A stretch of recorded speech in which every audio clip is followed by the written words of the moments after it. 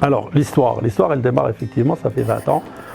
Pour comprendre comment l'histoire elle a démarré, il faut se replonger dans le contexte de l'époque. Et on se trouve, si vous voulez, dans une époque où il y a des gros groupes nationaux. La différence entre ces groupes nationaux et puis Axia, c'était deux mots peut-être, la souplesse et réactivité. C'est ce qui a fait qu'à un moment donné, on a démarré cette histoire et c'est ce qui a fait qu'à un moment donné, on a, chacun de notre côté, bien sûr, on a retrouvé ce qu'on avait besoin.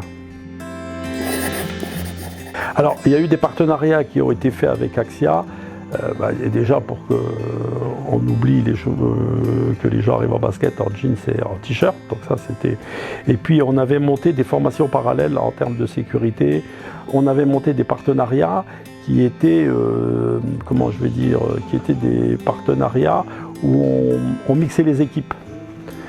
Et je pense que c'est à cette période-là où on a commencé à dire, à un moment donné, la personne d'une société et l'intérimaire, ça ne doit faire plus qu'un. On ne peut pas dissocier les deux.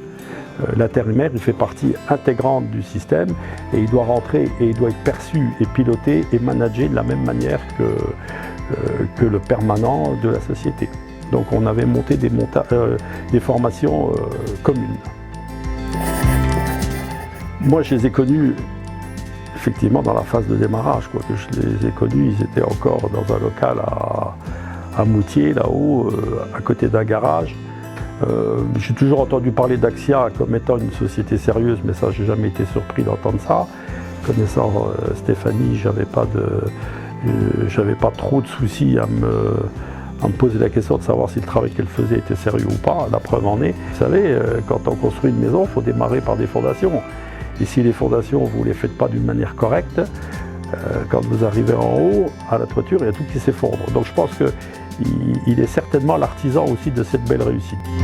Je suis fier pour elle et je suis fier aussi pour moi. Parce que je pense que quelque part, il y a quelques agglos. J'ai contribué à la construction de quelques agglos et de quelques pans de peinture, on va dire. Voilà, donc ça, belle réussite, mais chose logique, puisque quand on travaille, normalement, on doit aboutir à une belle réussite. Quand il y a cette culture d'entreprise qui est basée sur le respect, sur la disponibilité, sur le service, parce que ça reste une société de service, je pense qu'ils sauront perpétrer tout ça et je veux dire qu'ils ont encore de belles années devant eux. Je leur souhaite de tout cœur de réussir et de continuer dans la voie qu'ils se sont tracés parce que c'est la preuve d'une belle réussite.